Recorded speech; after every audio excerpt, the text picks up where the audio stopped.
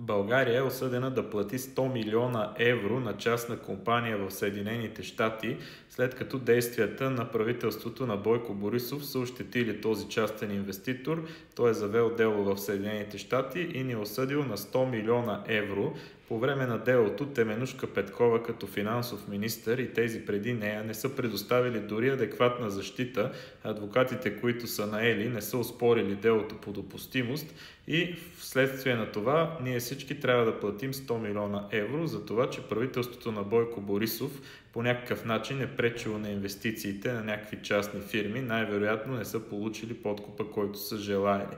Това е срамно и в момента ние от МЕЧ сме задали писмени и устни въпроси към Теменужка Петкова, финансовия министър, който трябва да дойде в Народното събрание и да се обяснява, да обясни как е допуснато това нещо и защо всички ние трябва да платим тези 100 милиона евро, с които можеше да се построи, например, една национална детска болница, за която все така казват, че няма пари.